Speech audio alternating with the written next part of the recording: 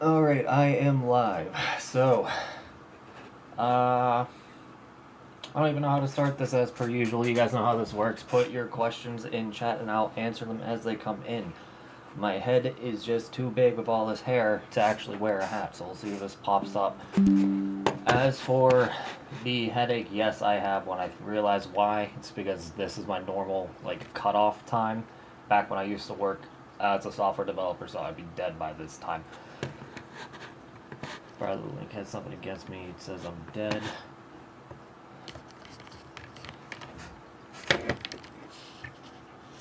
Fuck. I'm assuming I was very quiet for a second. So, let me know if that's better, if it was an issue to begin with. So, put your questions in the chat, and we'll go from there, guys. I really don't have anything planned as per usual.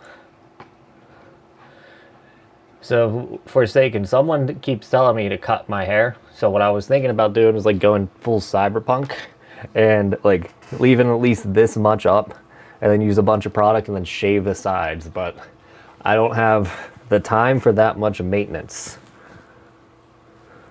But let's see, Hitman for compression started out, or in general, would you recommend to do a full 7 days or take days off depending on the weight? Ideally, you take 5 to 6 days off, not off, 5 to 6 days on a week, and then you can do lighter sets on your off days. But length tends to do better. The more often you stretch it, the better. But yeah, 7 days a week, just if your erection quality drops, that's a good idea that you need a break the next day. So Peanut, he's been doing PE for 3 months, got his girth measurement. There was at least an increase of 1/4 of an inch. Congratulations. I would consider that to be on the slightly higher side of expected gains for your first 3 months, because again, erection quality, like you said, and then that tissue realignment thing. So you should gain pretty easily, and I need to bring this up a bit so I'm not hunched over. Ugh, okay. But yeah, so you're doing good, Peanut. Just don't worry about it too much. And I don't know why this side of my face is really shaded. Hopefully it's not the hat. But, so yeah, about the hair though. My wife's not going to let me cut it any shorter than this, because she's really into romance fantasy novels. And this was part of her own sexual awakening, is me growing out my hair, so...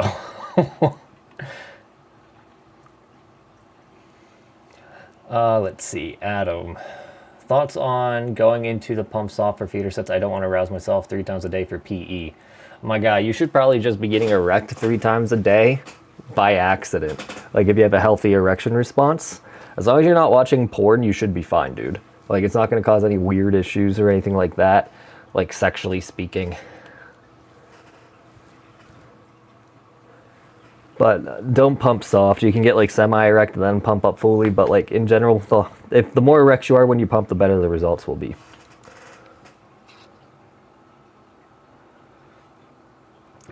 Pit Z. My base is filling up the pump about 1/3 of the way up. Is it time to go upsize? If you're trying to grow your base, yeah. But I would not if you're trying to get your mid shaft. Okay. Steel toe. I tried clamping for the first time after 3 months of consistent pumping. I feel like I responded better to clamping. Should I just focus on clamping, or is pumping still worth it? Well, it's going to be think about it this way. I couldn't gain much with doing squats because of whatever issue, so I did leg press when my legs started growing. What would you think would be the best way to continue growing your legs? Or, in your case, it felt better to do leg press over squats.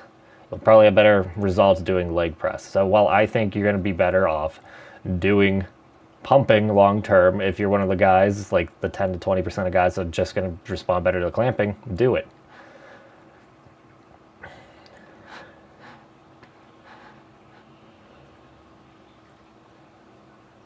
Okay. Michael Strider. As far as pumping twice a day, would that be more for a girth oriented routine? So it would potentially help length, but I've had basically every one of my clients on the gainathon do feeder sets. And both of them gained girth when we're mainly focusing on length. So it's probably going to be like very potent for girth more so than length.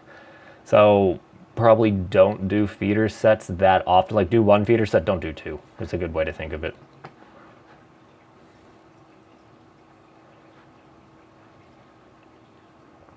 So Jim, I'm using the turbo extender and currently using 6-inch rod.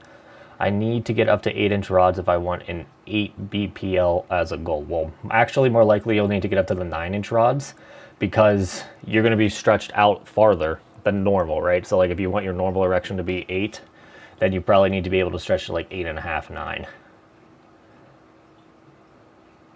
Spectre says, I am the GOAT. Honestly, that Eminem song kind of sucked, if I'm going to be honest. It was too corny, but I appreciate it. Oh, I know my shit. I'm not going to shit on other people unless they're really full of themselves. So thank you for the compliment. Waking Dream. Microdosing Cialis gives me a headache. The caffeine helps with that type of headache. Yes, it does. If you're getting a headache from taking 2.5 milligrams of Cialis, you're probably actually taking more than 2.5 milligrams. I get pretty bad, like sinus pressure, therefore a headache, with about 10 to 15 milligrams. And if it's, since I take like it from a vial, it's not nearly as dramatic, but when I take a pill that's 10 to 20 milligrams, oh my God, face flush, terrible. So make sure you're actually taking 2.5 milligrams.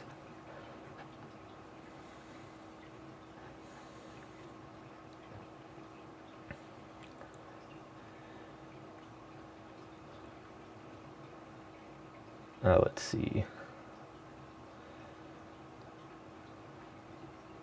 Okay, I tried PE while watching running vids, and I'm saying I liked it, but I'm saying not that I didn't like it. I don't know what you mean.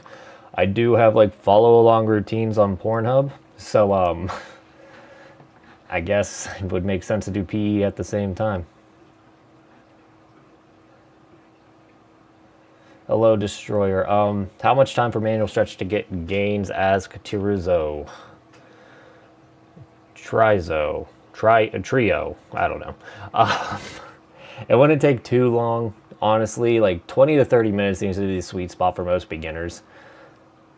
I would start with 20 and 30 minutes, obviously, and then you can slowly add more as you go. But like if you're gaining, there's no real point to doing more. I'm going to see if I can multitask and make some graphics for this stream as we do this.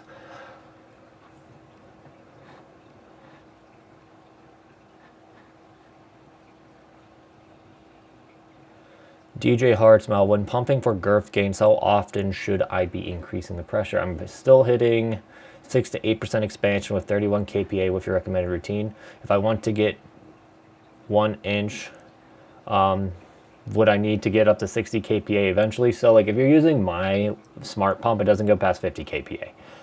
Additionally, like progressive overload's highly overrated in PE. Like I've been doing between, I'm going to put it in your terms, like between 28 and 35 kPa for the past year.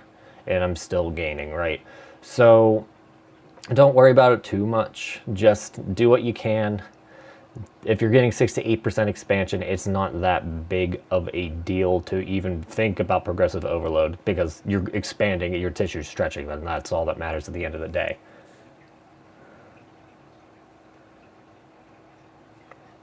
So how long have I been doing PE and coaching? Well, I've been doing PE since 2013, 2014.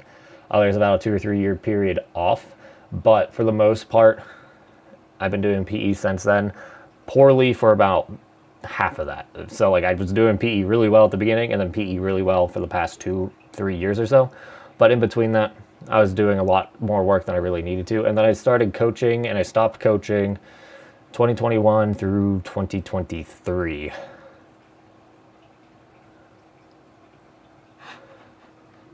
Let's see, let me...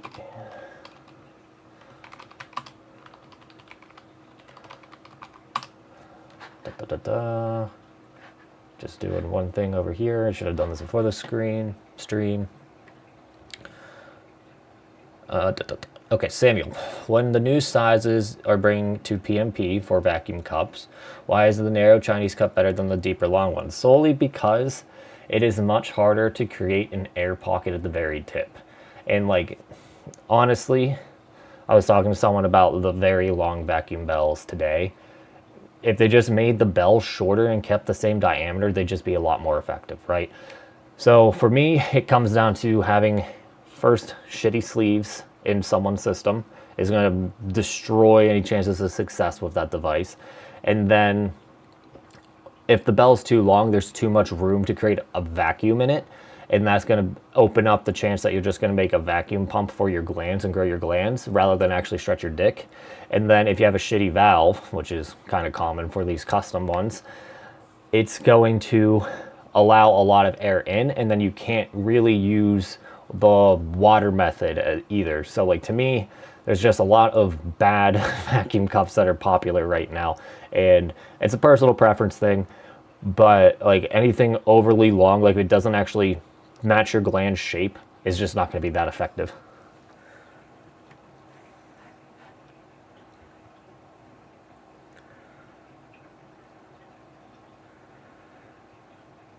Okay, Pit Z. I have a 1.75 pump and also a 2 1/4.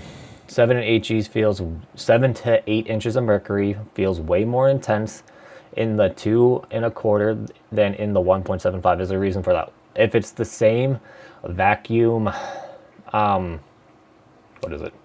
Like, you know, vacuum generation, so like the same pump handle, then I don't really have a good reason for you other than it allows for a different pressure variance. So like, if you have a complete room to expand in the 2 1/4, right? One, you're going to be pulling in more fluid from the skin.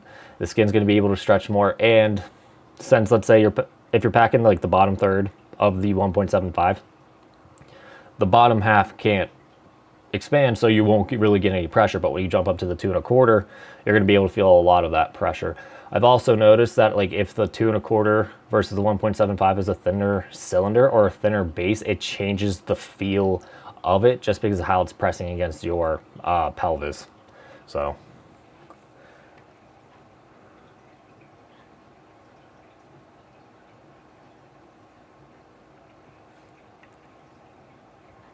Zode, thanks for suggesting this centimeters, the metric measurements for the fatigue calculator. Have not considered. We are doing science, and metric is better for that. Well, units of measure can be fucking anything, if we're being honest. Like, I used to work in a manufacturing system, and we'd have all kinds of weird ass measurements very specific to our application.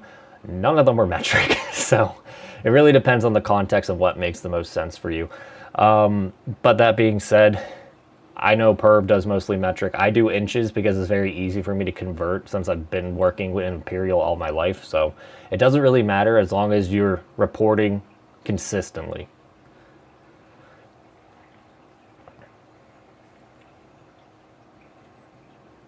Okay, Hitman, if you had to choose between being 6'6" or 6'7", or I guess that might be 6'8" if you include the decimal, with a 5x5 or 5.5 feet with a 10x7. So I am a basketball junkie.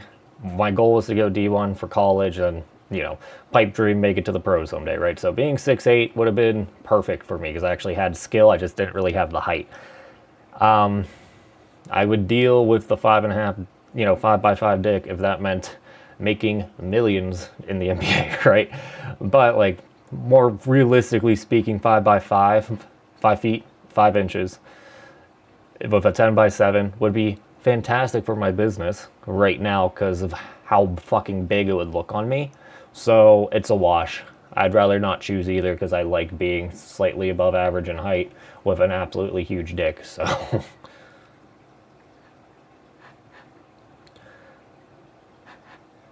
so Waking Dream, if you are taking 2.5 and you do have headaches, I don't even know if you're going to need Cialis, my guy. You're probably better off like doing Fortitude and L-citrulline or, Vigor, because while Cialis is great, if it's literally debilitating, you shouldn't be taking it.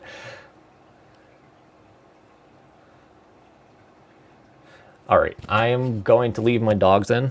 I know 2 streams in a row where I had to run off camera. I'll be back in like a minute.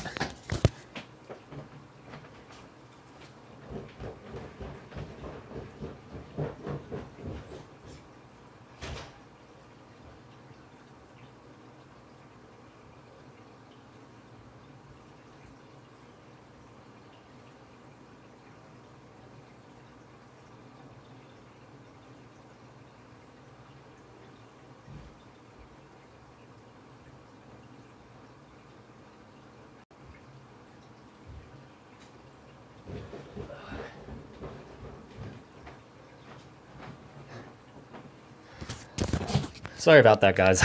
It is snowing here. Now I know why my one couch potato dog was banging at the door. So, ironically enough, they're huskies. Most of you probably know that by now. But anyway, Forsaken, I pumped earlier today to do 5-minute sets, 2-minute break. In between, after 2-minute break, the alarm went off. It got hard without any stimulation as soon as the alarm went off. Well, I wish I could Pavlov myself to do that, because that would make my life very efficient. Is Apex going to be sold at PMP this month? Probably not. Probably not until February at this rate. So get it from Massive Novelties if you want it. Like, just straight up. I don't need this, you know, finder's fee, if you want to call it that. Jay, you're welcome for doing these streams. Do you think most don't need to go above 15 pounds to reach their PE goals? To me, like, it is so simple to avoid getting to 15 pounds, right? Like, I'll get just to 15 pounds, and then, like, to me, the risk of going higher is not worth it, so I'll take a month off, and what do you know? I'm back at 8 to 10 pounds to start again. And then you just keep doing that, right? So, ideally, once you get to 15 pounds of tension, you actually switch to girth for a year, lose most of the length adaptation, you know, length, strength adaptation, and then you'll basically be able to gain limitlessly, unlimitedly, you know what I'm saying, with no limits, with just a bit of smart programming.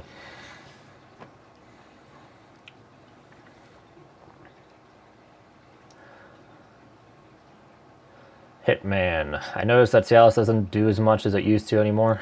So 6 milligrams every other day, 3 to 4 days out of the week. I don't feel anything. Well, the drug's still working. It's just that you got used to it, and then like the psychoactive benefits from it. So like, think about it this way: you get really excited for having an 8-inch dick, right? But like, after a while, the novelty wears off, and you're like, oh, it's not that exciting anymore. Anytime you get a new toy or anything like that, it's the same idea, except like literally your body gets used to it, so you don't have the same like psychoactive effects.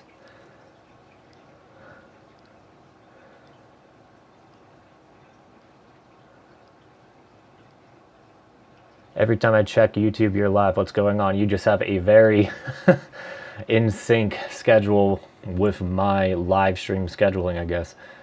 Let's see.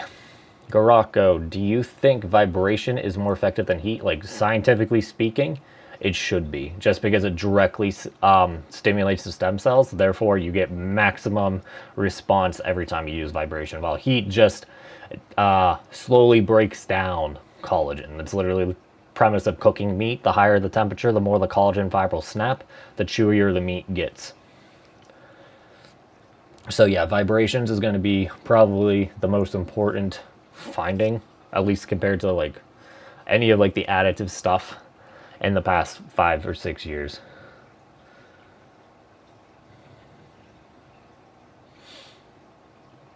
So is Peanut ask, how much does sleep impact erection quality? So like, comparing 6 hours of sleep to 8.5. For me, I am religious about my sleep. Like, I am an absolute nutcase. So like, if I don't get at least 7.5 hours, I can tell you now that every single like health metric I have, so erection quality, mood, performance in the gym, tanks. So like, I'm just very sensitive to it, but I can tell you now, good sleep is going to be the most important thing you can do long term for like health in general, obviously.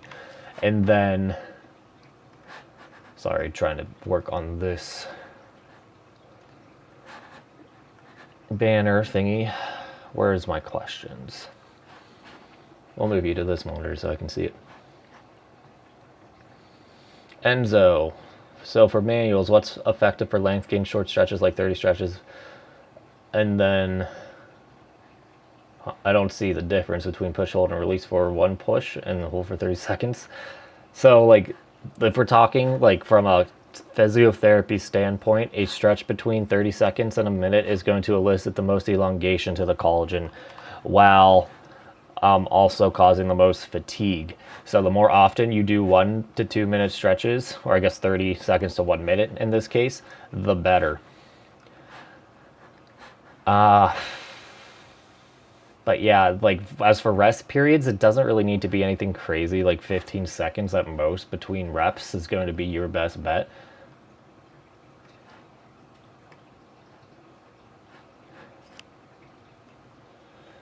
Forsaken, about your Cialis intake. If you had an insane response from Cialis, that means your erection quality is probably pretty bad.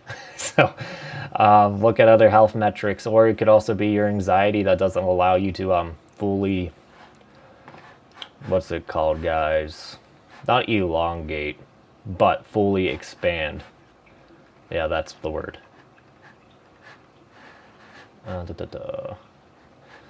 PNG.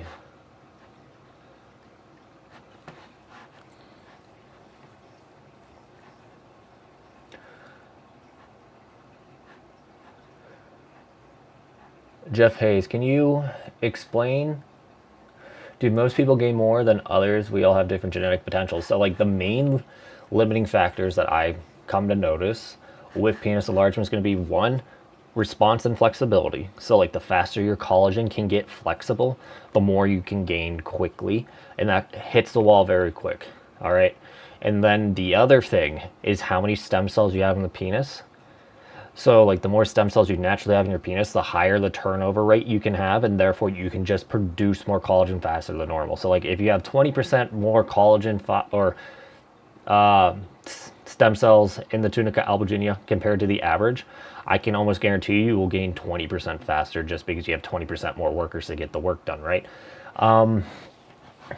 Another thing you could consider is growers tend to be a little bit harder gainers because they don't stay in that shape as much. So like, you know, the bigger shape compared to like a shower, obviously. So like if you're hanging around at 6 inches, you're more likely to heal in a 6-inch long shape than you would be if you're shriveling up to 2 or 3 inches and you're trying to grow past 6 inches. It's just a little bit more of an uphill battle, but that one can be easily fixed with like retention training. But the main thing, stem cells and flexibility are going to be the two main factors. What the fuck do you want, Opal? Ugh, she has been up my ass all day. I guess that's not all day, but... Drop shadow, not outer glow. Inner shadow, no.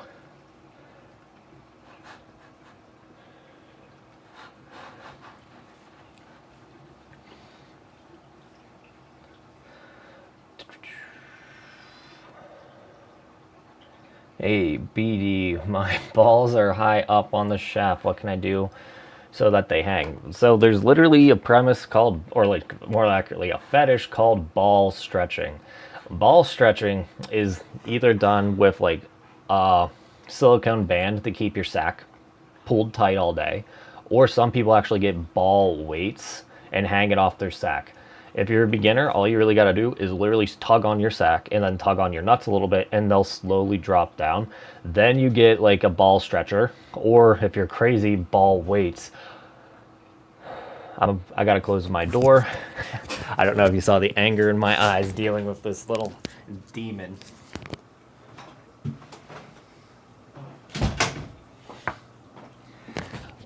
When it's snowing, it's always inside outside. But anyway, ball stretching is really simple. It's probably faster than penis enlargement. I've seen people literally get their balls hang to their knees with ball weights. So like you'll see some major improvements pretty quickly.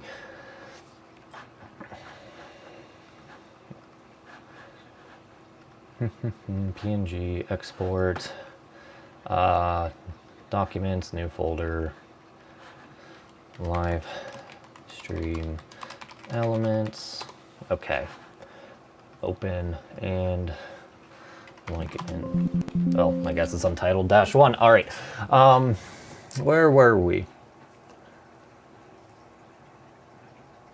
Hummer, I'm sorry if I skipped your question.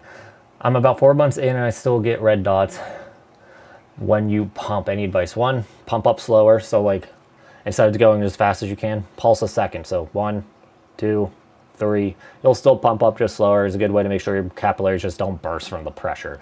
And then L-citrulline based supplements, Vigor, would be very helpful for that because it dilates the system preemptively. And then heat helps as well. But like for the most part, just pump it up slower, and L-citrulline fixes it most of the time. And then just don't do as high as pressures.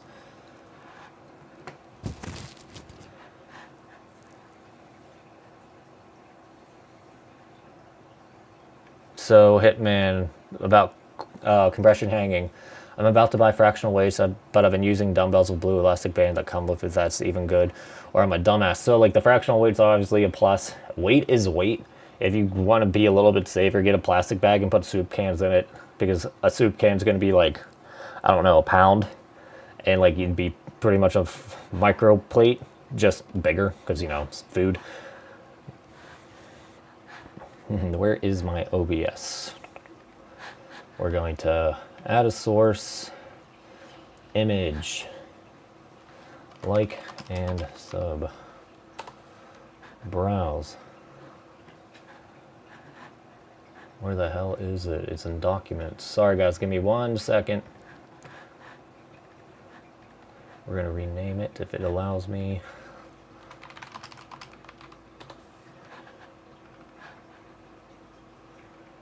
Oh yeah, look at that. Notice how much brain power that took while I was trying to multitask. That literally took me 10 minutes. It would take me 30 seconds while I wasn't doing this stream at the same time. Okay, Samuel said if someone's doing a deconditioning break to reset strength adaptation, should they avoid pumping? Carl said saying 5 inches equals 8 pounds of force. It's not going to be a one-to-one comparison. It's going to also depend on the diameter of the tube and how big you are, of how accurately that transfers. But in general, that's going to be relatively right. You can pump still. It's going to be a different kind of pressure. So like, I'm trying to think of a good way to put it, other than that it's not the same as doing like length training, right? That 5 pounds of pressure is dissipated over the entire amount of shaft, and it's not going to be isolated all on the tip like it would be with vacuum hanging unless you're doing length pumping, which is the dumbest thing you can do. You can tell Carl that I said that, okay? Just to piss him off a bit. But in general, you should be good to pump on a deconditioning break a little bit. Like we're talking 2 to 3 times a week at most.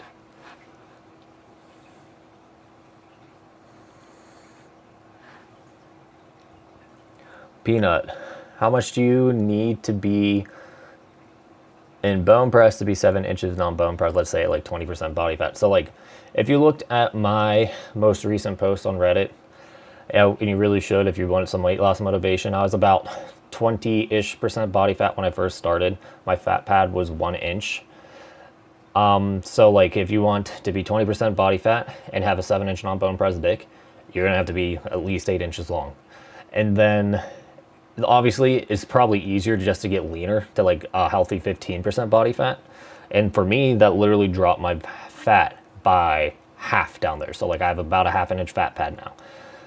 So if you're about 15% body fat, you should be 1/2 inch, and red is blowing up my phone. Okay.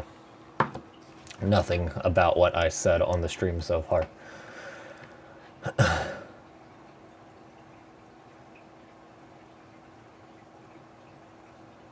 Grew up too big. I noticed rest days can come in clutch. Forced to take one recently, and you grew a little. Yeah. So like, I know in bodybuilding there's this period called the overreaching phase, right? So like, you do 4 to 5 weeks of relatively intense training, and then the 5th or 6th week, you go so fucking hard that you can't train as hard the next week, and you do a deload, okay? And then that 7th week is you're actually gonna have an even higher response than you would if you continued training normally, because you're doing like an inertia-based growth thing. So like you have so much stimulus built up and so much fatigue built up that your body goes into overdrive with it. I'm assuming there's going to be something with PE in a lower extent. Like every time I take a week off, I'm always a little bit longer erect. So,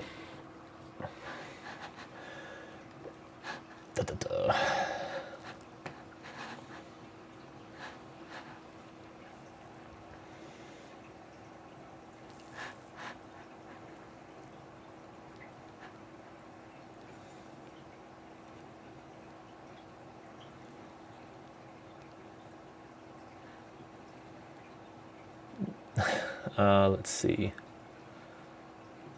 I don't know what you're asking, Hitman, so I'm just gonna ignore that one. If I want the best result, should I do 1 minute sets in the Apex for 30 to 60 minutes? So up to 10 to 15 sets of 1 minute is going to be where you reach like peak fatigue.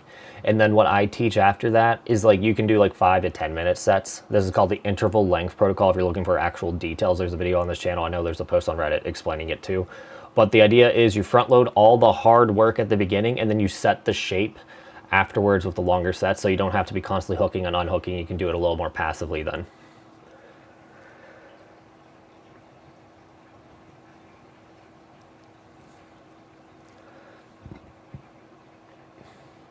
So Forsaken BD is accepting that the PE community knows that pumping increases flaccid size over time, but do we actually know the science behind pumping increasing size? Yeah, I mean, at least I know it.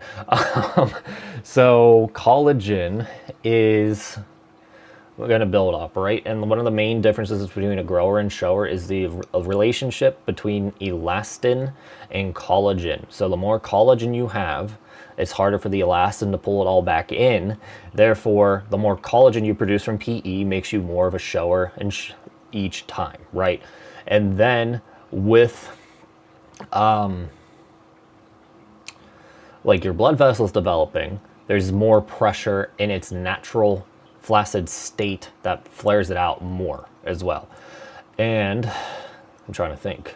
Your pelvic floor muscles change a little bit in shape, so they allow more blood in long term. And it also comes down to that shape training aspect that your collagen actually lays down more uniform, therefore it's going to be bigger in that state as well. Jeez.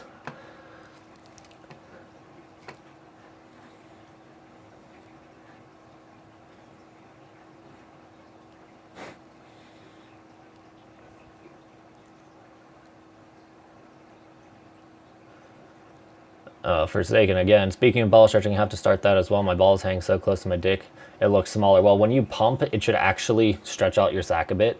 But like if you want to expedite that, get a ball stretcher and then wear it while you pump. And then Spectre, how can I correctly follow your beginner series? You started recently. Check YouTube and the hub. It's kind of confusing and scrambled. Well, I'm sorry if it's scrambled, but there's a reason for that because there's going to be a lot of overlap in these videos. So like, for example, if I did hanging and the extender video together, it would literally have 40 to 60% of the same content. So I split it up based on the differences like that. Pumping is going to be part of almost every length routine, just in little quantities. What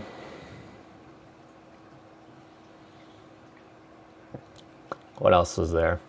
So like if you were going to start for length, do the manuals length routine that I shared in part 2 or on the Pornhub for 2 to 3 months. Then switch to devices after month 2 or 3, and then switch to whatever I explained at the end of the extender video or at the end of the hanger video. And that's going to basically be all you need if you're trying to gain length. And then if you really just want it all written down, you can check out my books at peakmalphysique.com. Are you saving the live streams so we can refer back to them later? Yes, it's just YouTube kind of hides them. So if you go to my channel, let's see, is it scene 2? Why aren't you showing?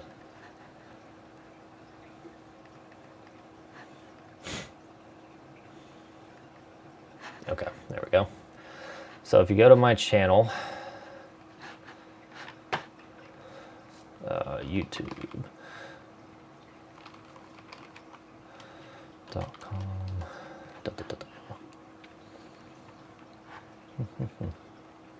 Yes, I'm subscribed to myself. What of it? And you hit live. So like I'll do that again in slow motion. So we're at the home page of my channel. Live. Literally all my live streams are still up.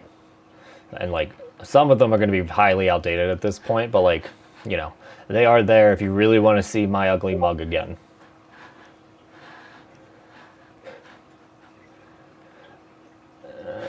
I feel like I'm in slow motion right now. Sorry, guys.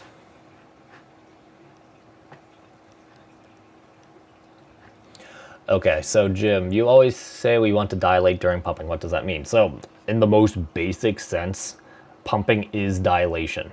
So like you can dilate the tunica, that just means put pressure and expand. You can dilate blood vessels, That just means to expand in diameter, right? So we can do overexpansion, which is going to be like the actual breakdown of the tissue, at least in how I explain it. And then dilation is just going to expand, like your pupils dilate when, light changes.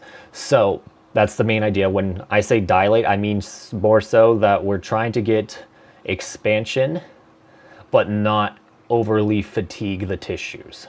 So that's why we do feeder sets.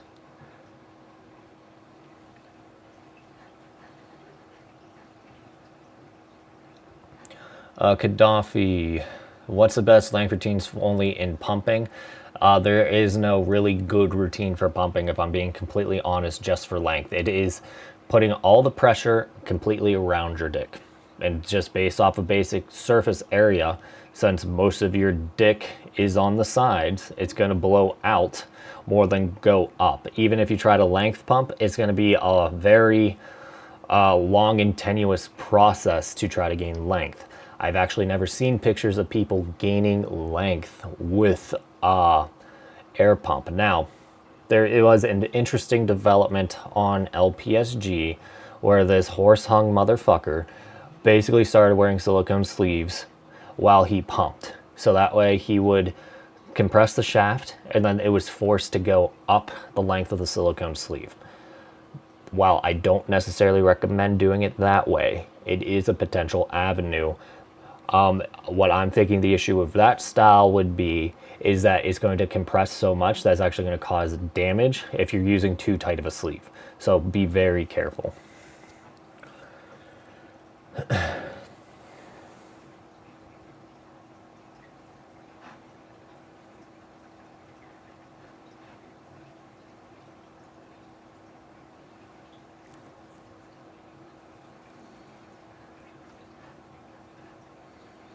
And how can we prevent turkey neck again, asks Spectre. So literally get a ball stretcher, use the apex extender since it kind of hooks your balls behind the stretch. And then like if you're doing manual stretches, imagine this is a penis, okay? This is a penis. Your balls are back here. You grip here, pull, pull, and that way all the skin's gonna stretch with your shaft.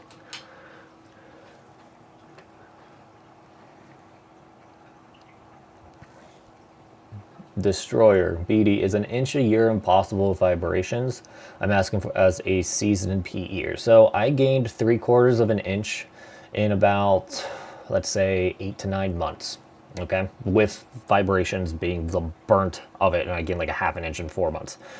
Just extrapolating off of that, it is totally possible to gain an inch in a year with vibrations as a seasoned PEer.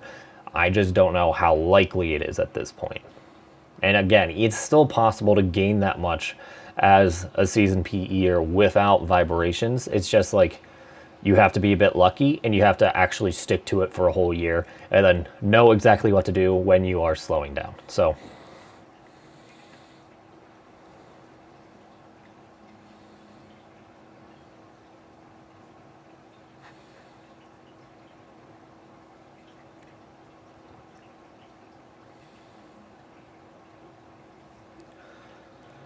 Armin, is there a way to reduce my foreskin? I grew 1.5 inches, but my foreskin grew even more, so it covers my glands when I erect too. I hate that look. It's hard to remove it. You'd have to grow more shaft without growing more foreskin.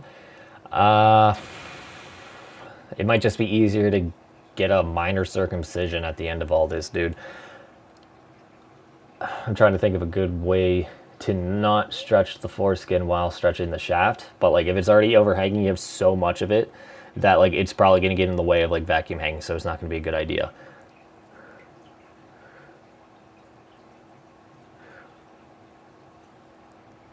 Peter Wrangler asking a relatively charged question. I don't know if I just need to scoot over. There we go. I'm gonna have to fuck with this camera later, but do I ever regret giving power away at getting bigger? It seems like it's going in the wrong direction. I wouldn't say it's necessarily going in the wrong direction, but I have told them the mistakes that they were making and they weren't listening. Mainly that they made it much harder to post than it needs to be. And they also made it very hard for me to post images. And I regret that deeply. I needed to move on, but I wish there was I just wish they would listen to me about certain things, because like I built the fucking community, and it's just a bit annoying that they think they know better than me, even though I got it to where it was, and I will say this publicly. But live and let live. I stopped talking to all of them because they allowed some certain bad actor to have basically free reign on the platform. So they're not really worth my time at this point. I'll help people on there, but I'm not helping them.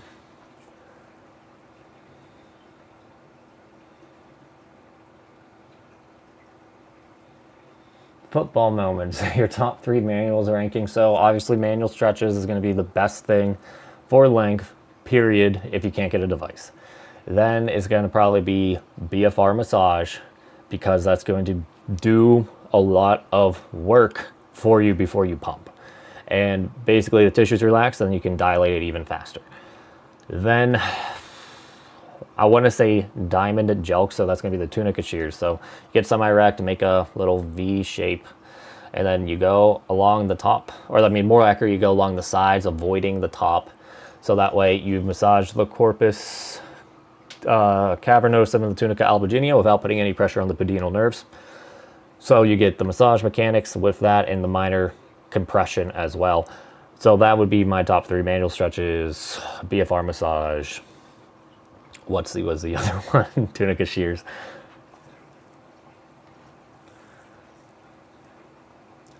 Okay, Kenny, stretching first, then pump, or then pump, then stretch. So if you're stretching, order doesn't really matter.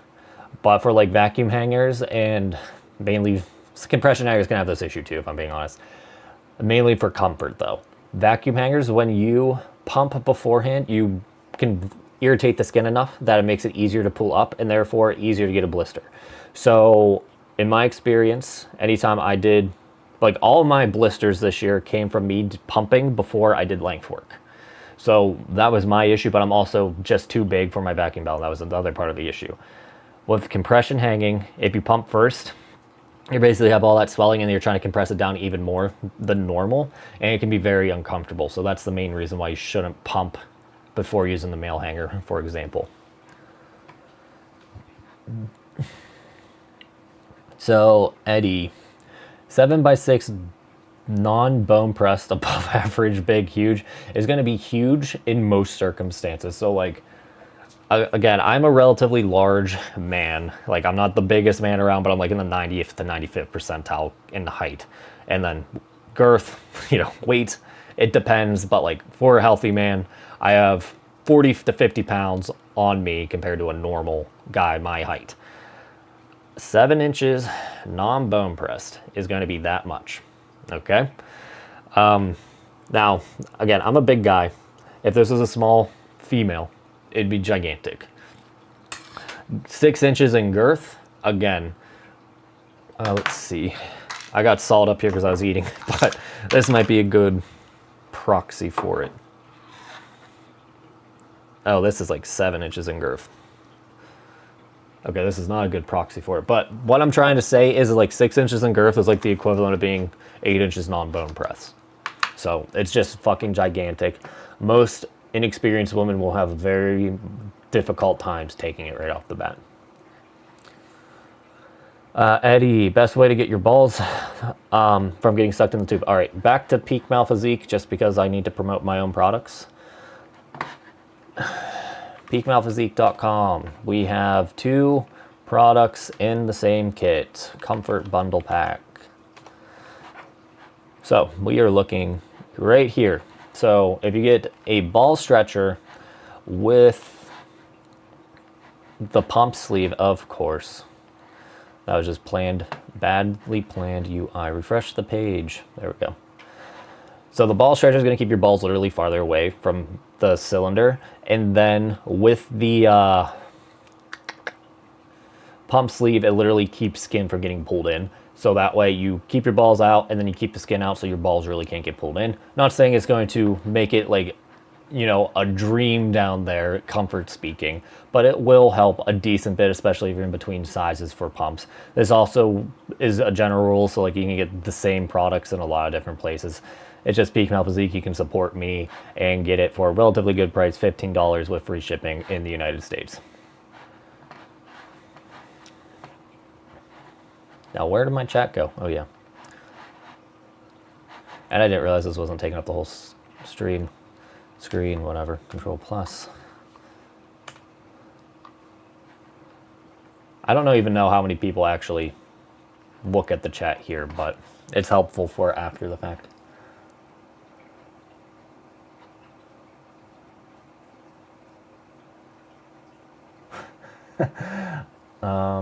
So Gerv too big.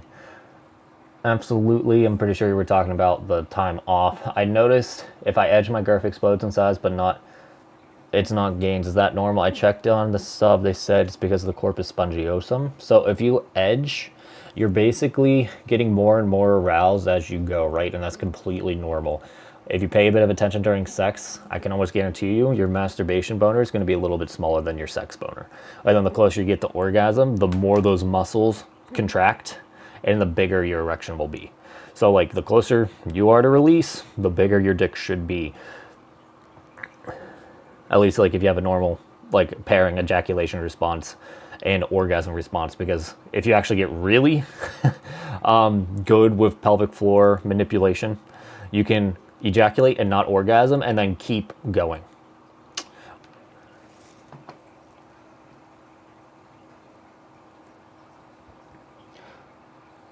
So Jim Maxton, you've proven vibration on top of the extender does not work. I would not say I've proven it, but I have very good reason to believe that it doesn't. How most think it does not. It does, but couldn't it automate interval extending with constant stretch events? Yeah, but like, so the thing is like, if you put it on the side, like so, all that energy transfers in the dick, and therefore it's going to get all that intervals, basically. So like, when you put it on the shaft directly, you get the direct stimulus, and then you get the mechanical fatigue benefit. So like, to me, they're going to get the mechanical stimulus from it, but like literally the beauty of vibrations is going to be from direct contact, stem cells taking it, eating up that energy, and then pooping out some collagen. So that's the main reason why I do it that way.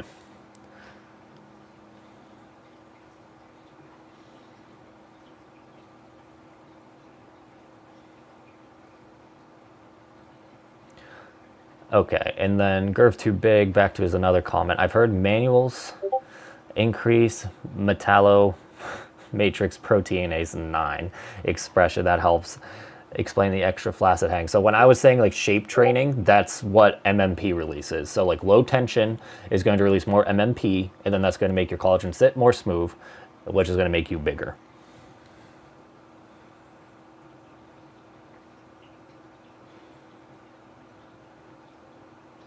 Destroyer. I saw a doctor on YouTube injecting PMMA into the gland. So PMMA, for those who are uninitiated, it's a silicone-based filler that slowly turns to collagen over like a 40-day period, I believe. Putting in your glands, probably not the best idea. Hyaluronic acid would be a lot safer because it can break down. I know people that have had it probably for like 4 to 5 years, no issues. Doesn't mean they won't have issues later, but like, it's probably safe enough compared to like a lot of the other shit you can put in your dick, because it is just going to be your own collagen at the end of the day, but it might impact sensitivity. Eddie, does extra size affect erection angle? Mine stands tall. I want to keep it that way. So like for me, since I'm like over 9 inches or just at 9 inches, I notice that when I'm not fully erect, it droops faster just because of the weight of the thing. But when I'm fully aroused, it still points slightly above parallel. I think it's actually a little bit of a benefit, like visually speaking, to have a bit of a droop, because then it makes the top look longer, and therefore you look longer in my pictures. So like if you guys, again, check out my recent post on r/gettingbigger, my dick looks ridiculously long in there because it's pointed down a bit, and therefore the top is more exposed, therefore it looks longer. So like there's a lot of art to taking a dick pic, believe it or not.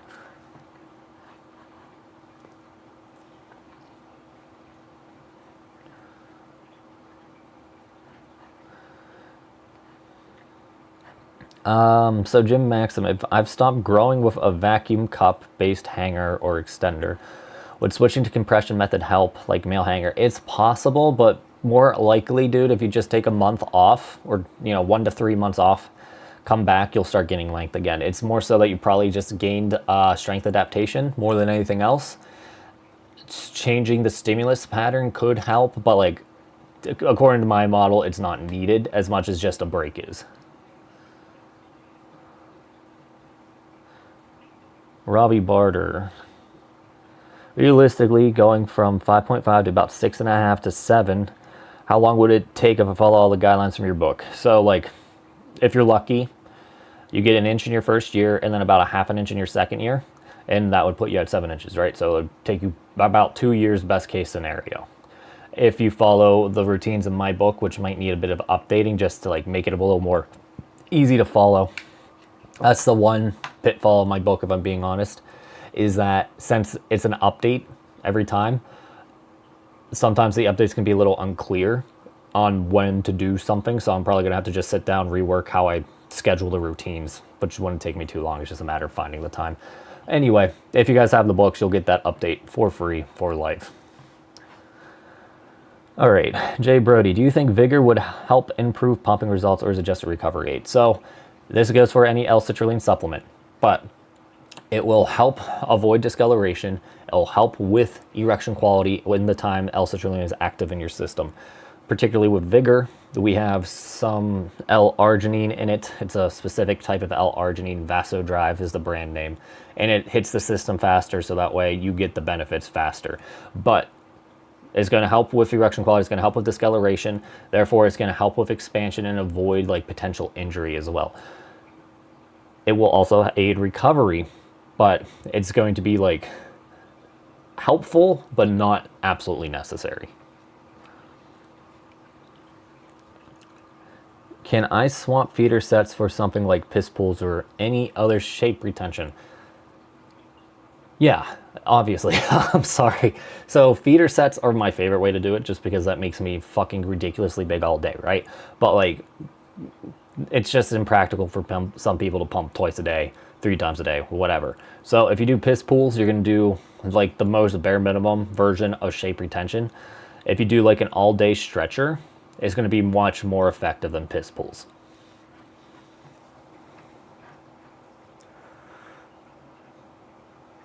Yeah, I really think I'm going to buy your books. The exchange rate to dollar is just kind of crazy. I'm sorry, dude. Like,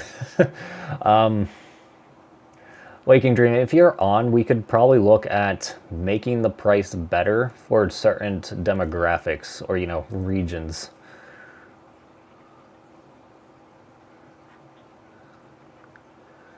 Jose, so the average length gain for 1 year is only half an inch. I would say about 1 inch to about a half an inch to an inch in your first year is something you can expect. But like your second year, you're not going to get the same erection quality improvement or like the immediate shape change. So like that's going to drop down to about a half an inch to 3/4 of an inch. And then let's say year 3, that's when you start getting that strength adaptation. And that's when I normally say take that month or 2 off. I would say you'd probably only gain about a half an inch to 1/4 of an inch in year 3, 4, 5, 6 if you don't take a break.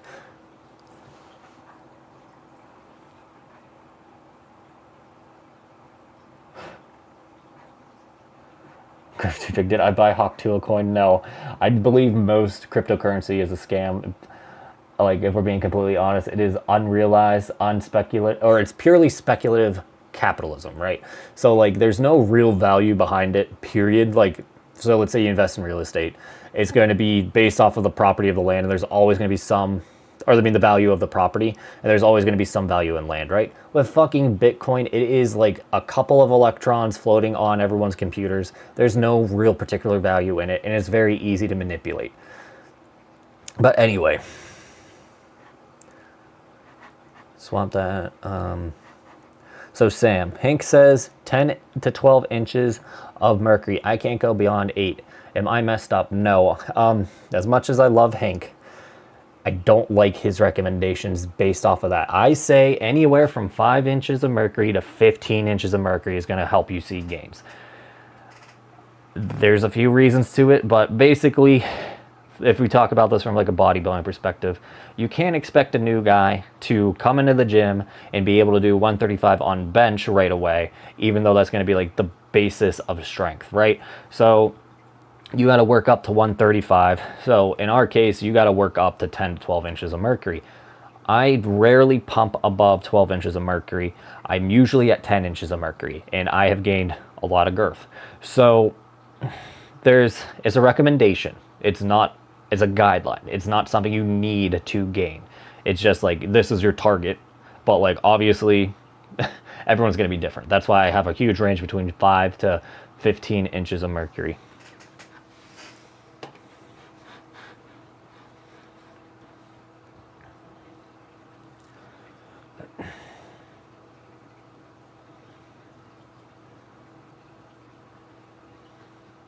Forsaken, edema lasts more for than edema lasts for more than 24 hours. If it does, how does that work when you pump on Monday and you get edema? Is it dangerous pumping on Tuesday while you still have edema from yesterday's pumping? This is going to be what causes cumulative edema training, is a good way to put it, actually. So you have the pocket of edema, right? Next time you do it, it's going to get bigger, and the next time you do it, it's going to get bigger. So like eventually that thing's going to swell more than your dick will. And that's why I say we need to limit edema. But at the same time, if it's, as long as it's like very minor, it's going to have a minor impact. But like, let's say you're still bullfrogged out, or as Hank says, frigate bird, and look it up if you don't know what it is. That's when it's going to be very negatively impacting gains, in my opinion. And Forsaken, if you're trying to remove edema, do a lot of cardio, because that's actually passively speeds up lymphatic drainage.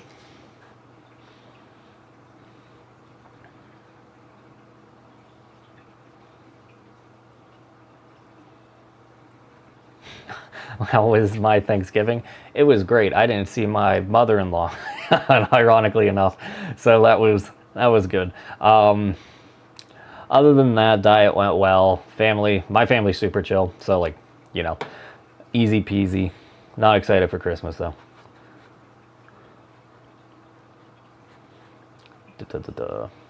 I'm looking, guys.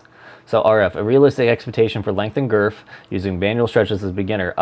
Depends on how consistent you are. So like, if you treat this like revenge tour, your girlfriend just broke up with you and you want to be that Chad, and you just do PE crazily, you know, or religiously rather, for, you know, a year straight, you can gain an inch in length and about a half an inch in girth. If you're going to half-ass it, half those results. So half an inch in length, a quarter of an inch in girth. And if you just don't do it as nearly as often as you say you do, you're not going to gain. This is a lot like weightlifting. You have to make it part of your schedule. You have to make it part of your life, unfortunately. But speaking from experience, it works. Just put in the time.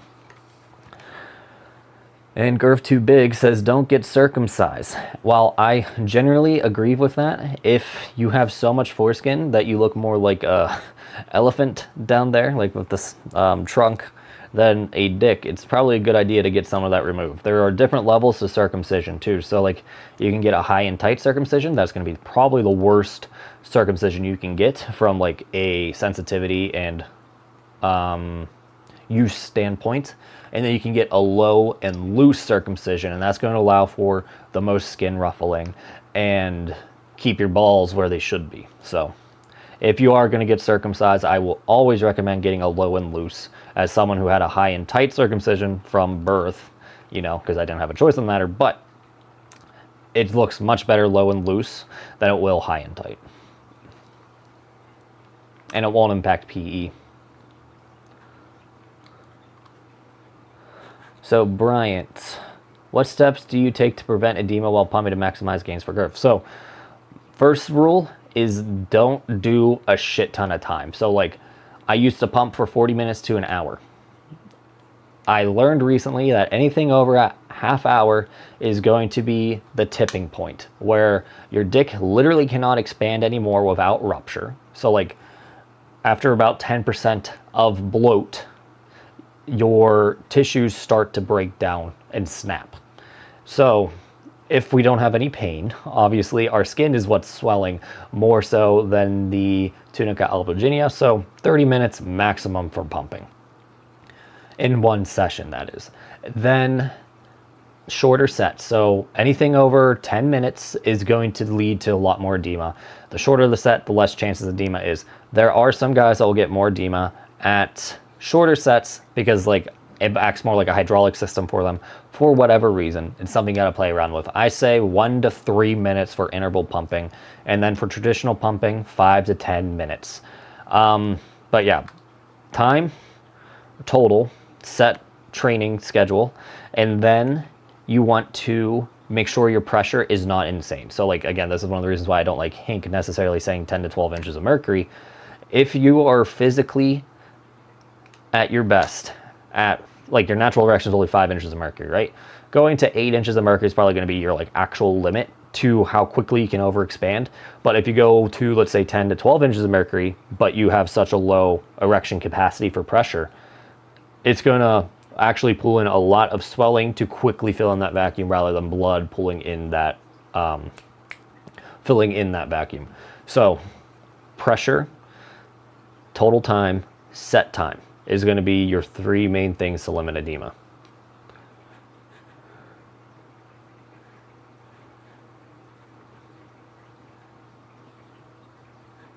Rohan, if you could only do 1 pumping session, would it be better to do interval and traditional?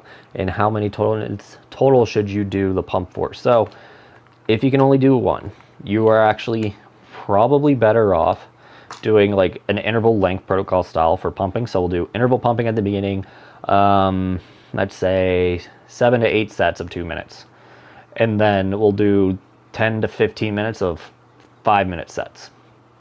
And that's going to get you the chronic bloat that you probably want for the rest of the day, but still break down the tissues enough. You will get a significant amount of edema, but you will also get the shape training aspects that we need. So like, it's not ideal, but it should work. That's going to be like what? We said 15 minutes plus 7 to 8, so that's another 15 minutes. That's going to be about 30 minutes, so it shouldn't be too crazy. Spectre. You really need to start marketing more. Your knowledge on PE is extensive and impressive. So there's a lot of ways you can market, right? And my one way right now is to show off my knowledge and like let my knowledge do the talking for me. I am extremely comfortable right now, guys. Like, honestly, if there wasn't so much potential with my business, I wouldn't really be pushing it too much more than this. I am very happy with my living standard right now. That being said, there's a bag at the end of the road if if I do play my cards right. I'm just being 100% honest with you guys. Marketing is on the table, but I am running 2 companies, a YouTube. I have all these other projects that I'm working on bringing more products in. I am at my wit's end. I will need someone to help me with marketing eventually, and that's probably one of the plans for 2025. But we got a few kinks that we need to work out on the legal end to make sure that I'm not screwing myself over, right?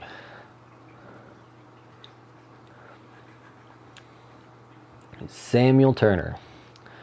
Is 3 pounds enough for all day wear, or do I need to upgrade the springs? All day wear, yeah, it's fine. For like high tension stuff, upgrade the springs. And if you're talking like an ideal routine, you're going to want to do like 5 to 10 pounds of tension for about 30 to 40 minutes, and then come down to about 2 pounds of tension for the rest of the day. And that's going to get you the collagen fatigue that you need for growth factor release. And then that lower tension time is going to be what shapes the new tissue. So like, ideally you add the higher tension stuff when you can.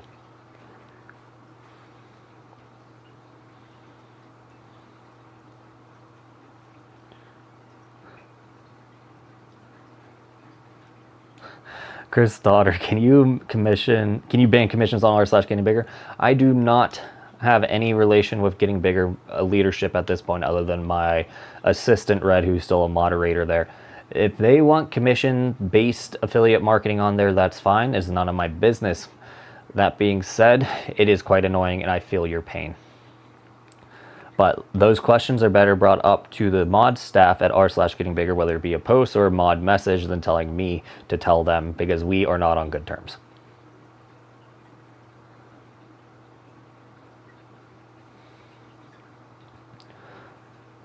So KB, what are some signs you need to go up in cylinder size? So first and foremost, how fast you pack it.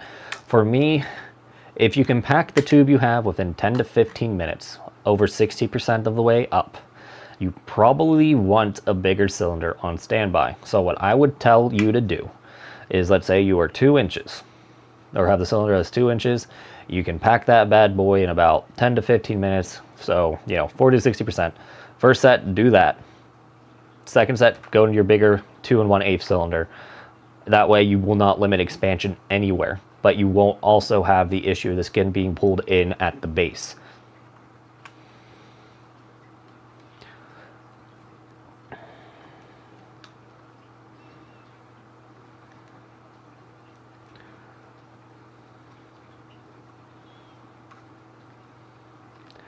One thing about what Chris Stoddard's saying, I doubt this guy is making 6 figures a year from affiliate marketing.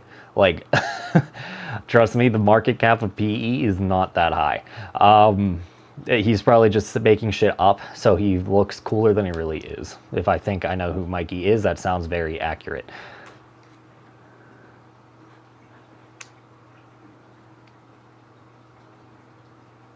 So, Spectre, yeah, the 2023 version is going to be outdated. There was a retention update that went out a couple months ago, for sure. Go to your orders, like go to the email, and then that link should have regenerated and made a new link for the download. If not, email us at help@peakmalphysique and we'll get you sorted out. Okay, Leaf. I'm currently using high tension extender at 6.5 pounds, immediately followed by 6 hours of an all-day stretcher at roughly 2.5 pounds of tension. I need to change the ADS tension? I mean, this is just my model, and I haven't really extensively looked at retention. Okay, so like, this is still a new idea. It's not nearly as mature as like, my fatigue-based training. 2.5 is probably okay. I would prefer you just do like 2 pounds for safety, but like if you're seeing gains at 2.5 pounds and your erection quality is immaculate still, don't fucking listen to me. But yeah, that's, you're probably fine at 2.5 pounds.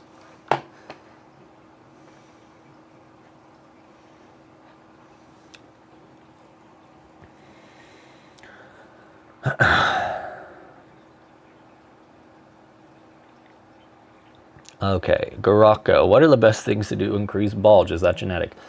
So I don't know if you've seen some of my videos, especially when I'm standing, but I have like a ridiculous bulge. There's a few reasons for it. One, my thighs are ridiculously big. Okay, so thighs are about 27.5, 28 inches right now.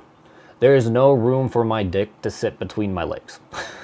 So it goes forward along with my relatively large balls, like we're talking 2 large eggs down there. So no matter what I do, I'm gonna have a sizable plump down there, even if my dick was still like roughly above average, right? Then you add in the actual dick, it's a bit of obscene. So obviously get a bigger flaccid, work on your quads to make your balls stick out. And then I don't recommend ball pumping, but like if you're really interested in it, pumping up your balls, you should get a lot of swell really fast. You only need like 20 to 30 minutes, 2 to 3 times a week. And like that fluid will sit around a lot longer. So your balls will just be bigger that much longer.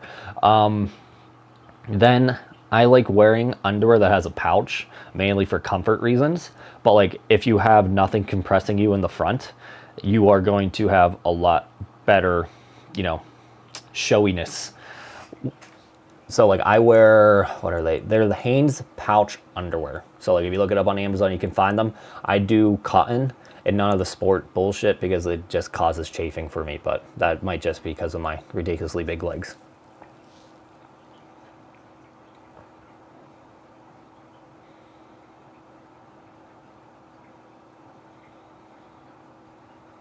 So Kenny Wallace, crazy question. Do you believe John Holmes is really 13.5 inches? There's no real way.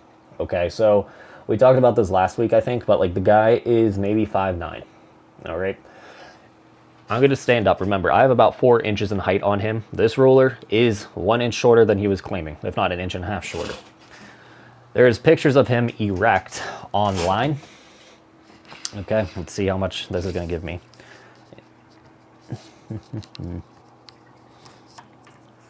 All right. So first, we have up the body. This literally comes up to my nipple. All right. Down the leg. I don't even know how well this is going to work. I can probably fix this. Down the leg. There we go. Is literally down to my knee. And like my legs are probably going to be at least 2 to 3 inches longer than his, right? So if he was 1.5 inches longer than this, it would literally be below his knee. He is nowhere near 13 inches. He's probably just a really big shower. So like he's probably about 9 inches non-bone press at his peak. And then since he has, I know he pumped at some point, he probably just walks around with a huge ass flaccid. And everyone's like, oh. And it was never actually confirmed that he was 13 inches. They just kind of made it up in the documentary.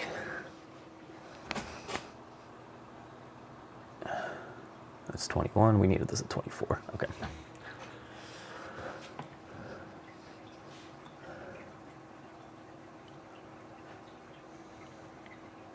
Okay, so completely other side of the spectrum. Neil S is 6.5 by 5 objectively big, non-bone pressed. So again, 6.5 non-bone pressed. It's going to be right here. So like from here over.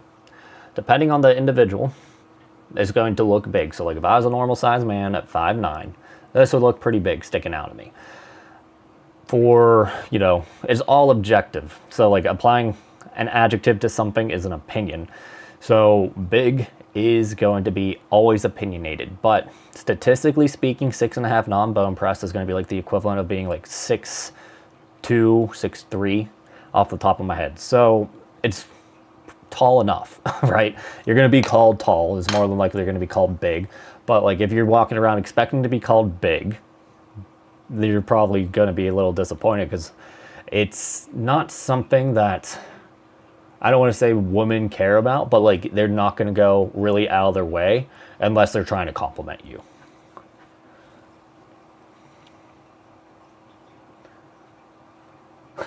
Red, I will disrespect crypto as much as I need because like when I started, my business so far has better returns than crypto did this year. So to me, it doesn't make any fucking sense. And like, also back to the crypto thing, Red. Again, this is purely on principle. It's stupid. It is all speculation, right? Doesn't mean you can't make money off of it if you're smarter than all the other dumb people doing it. But like objectively speaking, it is not a very safe investment. Someone's always going to get fucked over by either a meme coin or or whales moving in Bitcoin. And eventually this whatever 100K swing on Bitcoin, someone's going to pull the rug out and a lot of people are going to be fucked because they bought at the high point. It's just a pump and dump. This happens every 3 to 5 years. And no one really figured it out yet, but like it literally happens all the fucking time.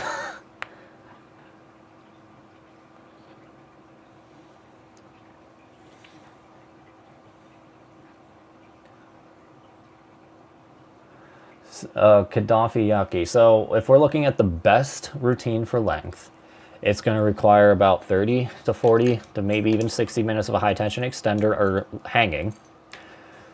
And then 2 to 6 hours using an all-day stretcher. So you get the shape training with the low tension, and then you get the high tension extender. Or the high tension. Jesus, I'm sorry guys. It's been 115 minutes. It's been an hour and 15 minutes. See what I mean of me just talking nonstop. So 2 to 6 hours of low tension, 30 to 60 minutes of high tension. That's going to release a lot of growth factors for actual collagen production. And then it's going to release a lot of metallomatrix proteinase, which is in charge of shape change. So between that and that, you're basically guaranteeing yourself you'll see gains if you don't overdo it.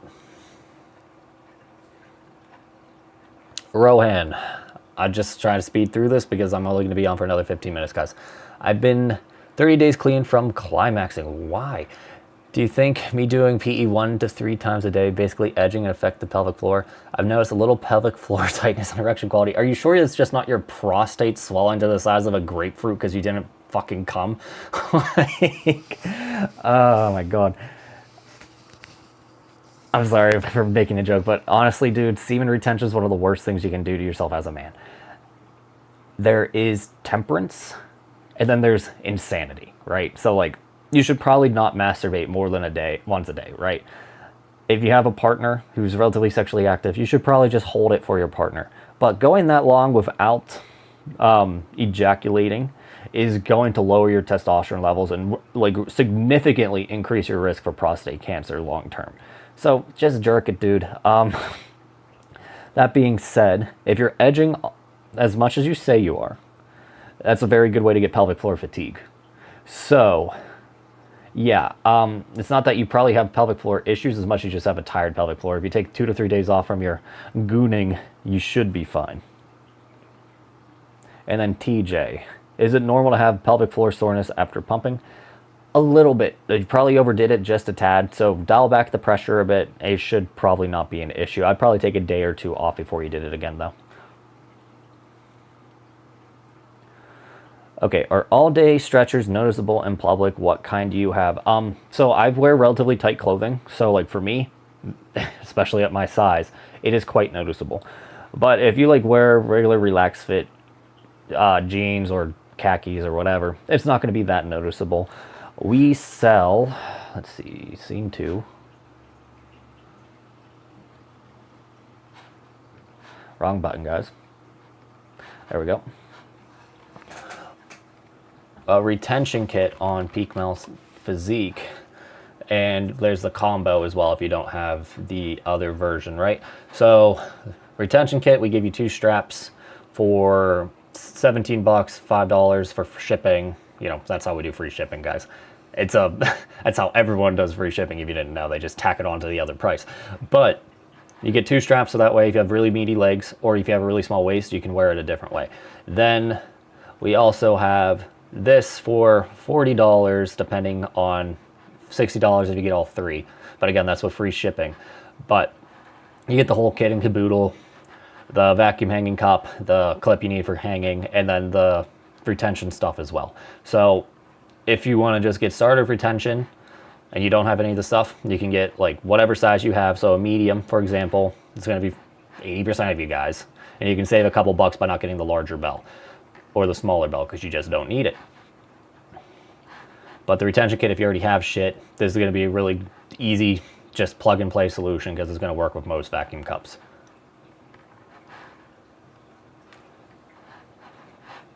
Where are we at, chat?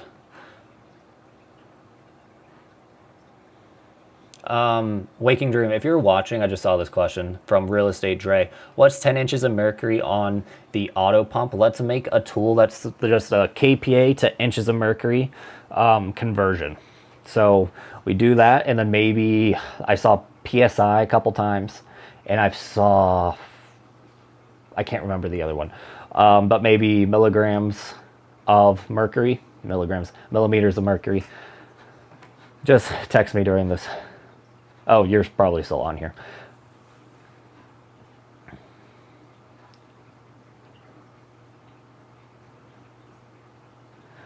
Do you have to do tunica malleability before feeder sets? Ask Devin. Or Davin. That sounds right.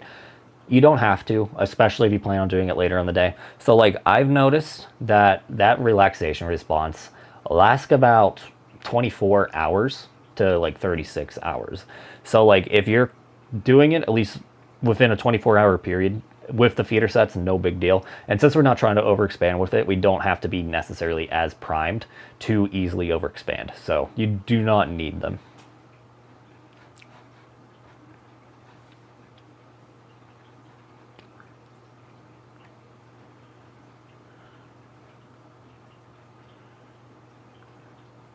So Waking Dream, pump pressure is about what you can tolerate, the best highest pressure without edema or red spots and keeping erection quality. That's basically the sweet spot, but people want a nice fat number to shoot for. Okay, so Spectre, how can you mitigate discoloration on the shaft? I should probably film what I've been doing, but I've actually seen a bit of reversing by doing this. So like you guys know I have a pretty brown dick, and Waking Dream just added the thing to our Trello board for site updates. But anyway, what I've been doing 5 minutes to sets of pumping. And then as soon as I come out of the tube, I grab my skin, like from the shaft, and I literally just massage the shit out of it, pinching the skin, and that breaks up any trapped blood. And then there's something called fire goat rolls that I'm doing as well. So that's just basically starting a fire in your hand with your dick. Very lightly, very rapidly, so you don't disturb the chronic expansion and dilation. And then after you do that, it'll probably take you about a minute or two, you can just go back to pumping. I've seen a lot less discoloration immediately afterwards. And then I've actually seen slight improvements so far to my actual tone. Like, it's a lot less ashen and more like brown, which, you know, it's not necessarily the end goal here, but it's a lot better than looking like I have a black and blue dick.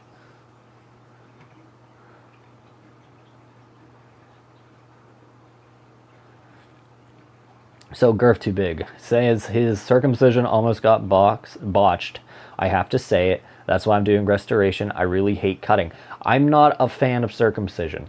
I think circumcision should be done to consenting adults and not infants.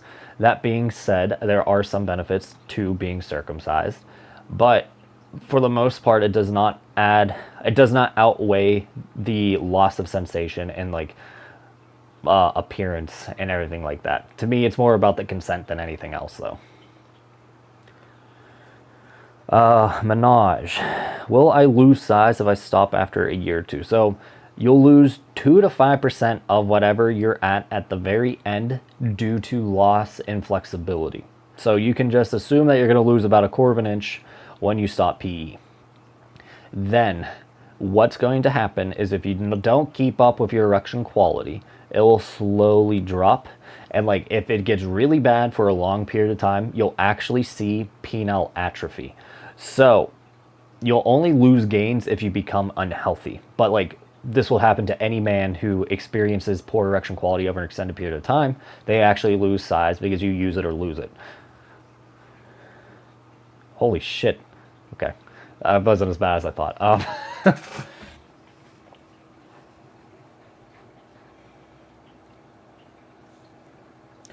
So, where are we at?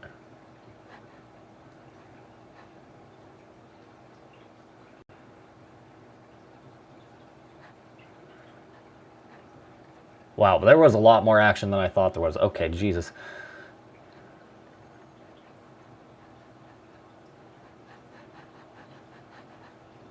Okay, Garocco. Yesterday, you said 8 inches bone press is a good goal to be impressive, but the biggest, how much non-bone press direct length is. So, like, I can't tell you that unless I know your body fat percentage, but, like, most of you guys will get to, like, 7 inches non-bone press and, like, look fucking ridiculous. And that'll be it, and that's going to be roughly 8 inches, give or take 1/4 of an inch. Rohan, after we pump, can we put a cock ring on, and should we try to stay erect afterwards, or can we go on about our day? So you can put a cock ring on for only about 10 to 20 minutes. And then in general, you don't need to stay erect while you have the cock ring on. And honestly, that's a good way to get some pelvic floor fatigue, especially if you're touching yourself for that 10 minutes.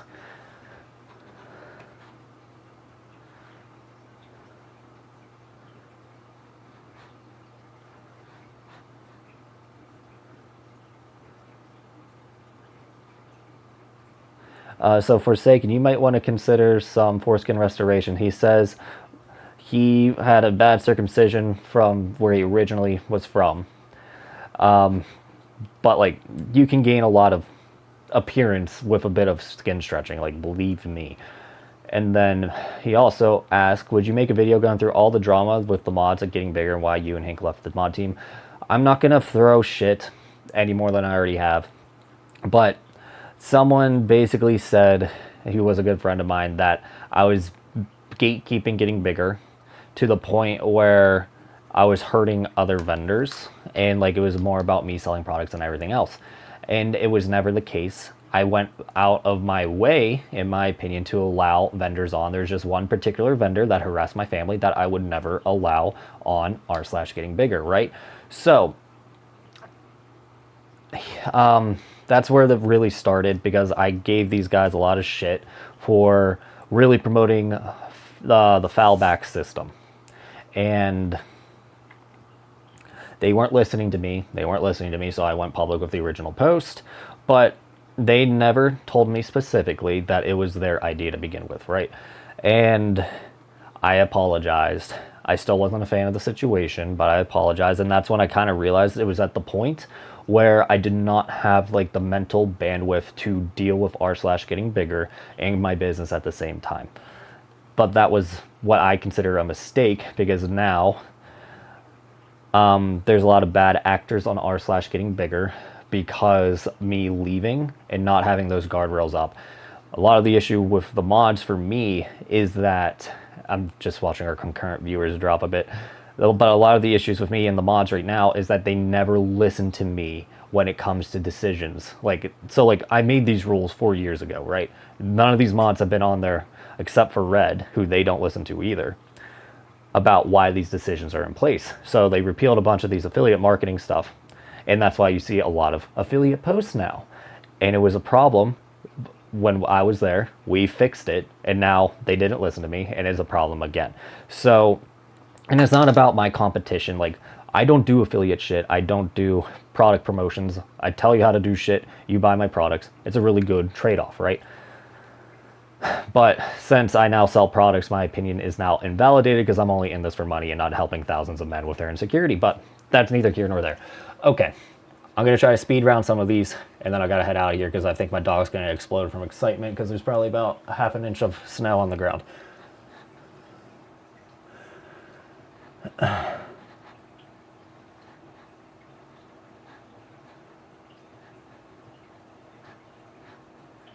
Okay, so Red, you're saying that, I'm sorry, one thing about this moderator stuff, the mods are trying to get rid of bad actors, astroturfing the sub. We know exactly who was doing it. It's Basim and his gang, right?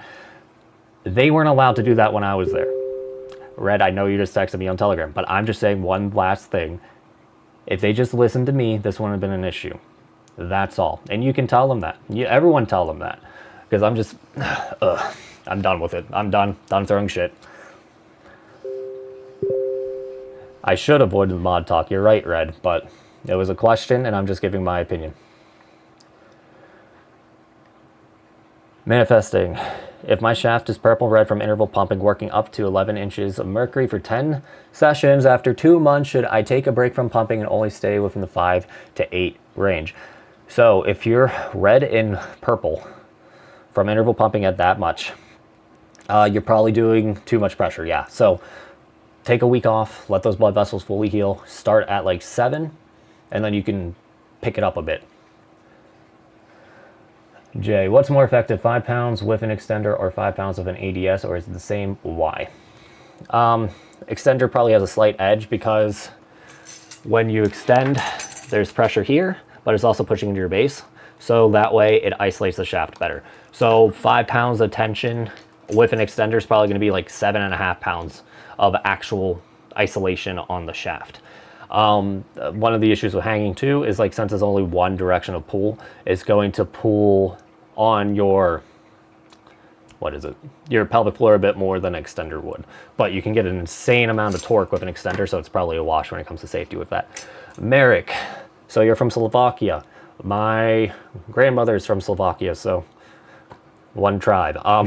Looking into extending after about 3 months of pumping. The only problem is I'm a student and buying an Apex with shipping is $220 for me. I spent some time and made my own extender with 3D printing stuff. There are people in Europe that are looking to get affordable extenders. Would you be down to reviewing it on Reddit?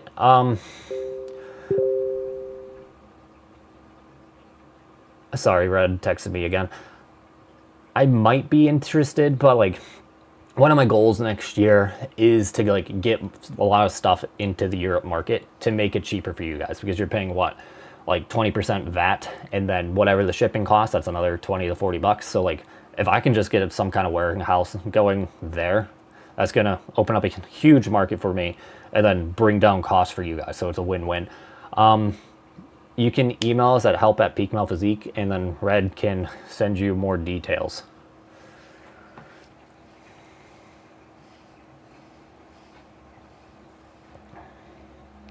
So Salee, I prefer air pumping just because water is messy and you get a lot less edema that way. Garako, is flaccid length more important or is girth for bulge? The only problem with a lot of flaccid length is that it starts trailing down your leg and it's not really a bulge. So I'd say girth is a little more important, but how you sit it in your underwear is even more important. Humvee, how come I was getting gains? I had stretch marks in the shaft. I let heal up and now no gains. Please help. So you probably got a bit of strength adaptation. So just add in like another 5 to 10 minutes and it should probably be pretty easy to gain again. And hello, Fit Pill. I'm about to head out, so I'm trying to get through these pretty fast.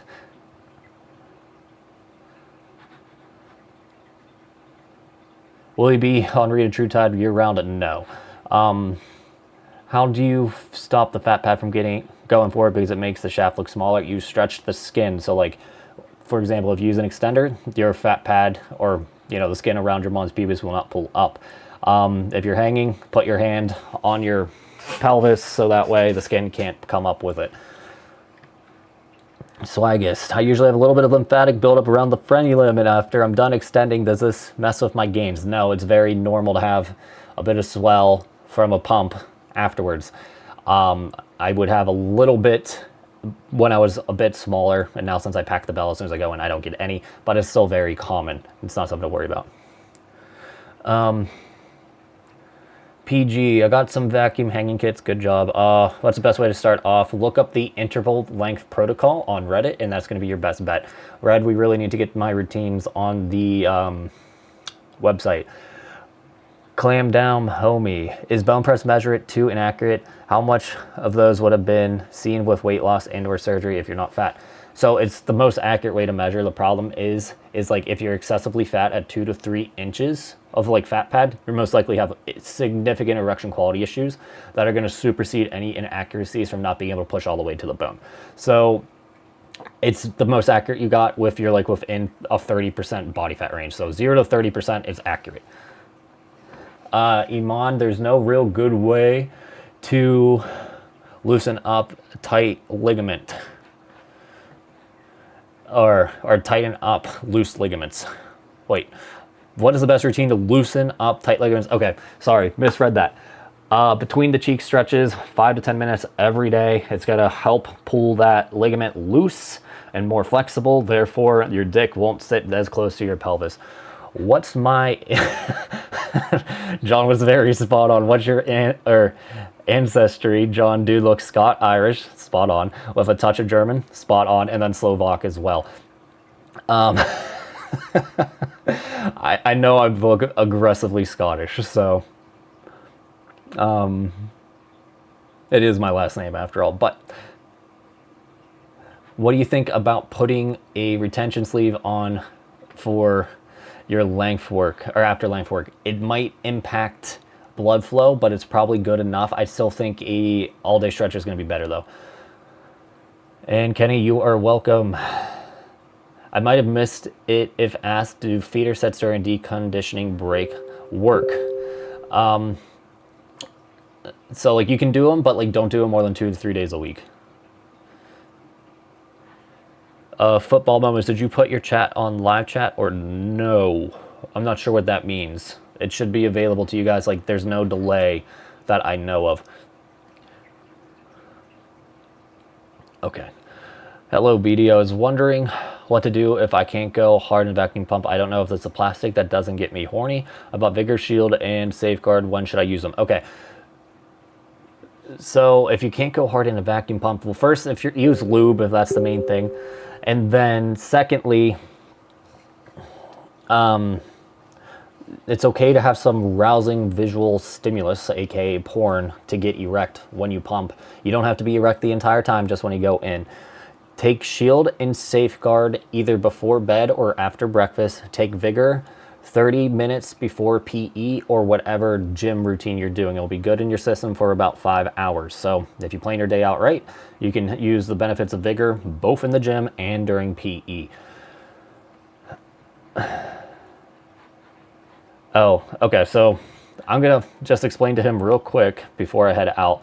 Football moments. Your question's probably not showing because you said some kind of word that's being caught by the censors here on YouTube. So get a bit creative with your use of the word penis, balls, sex, fuck, bitch, whatever. That being said, guys, I'm gonna head out because my dog is whining like crazy to go out and play in the snow. So I will see you tomorrow, 2 p.m. Eastern. Hopefully I didn't start too much drama with talking about old drama. Anyway, thanks for tuning in, 2 p.m. Eastern. Hope to see you then.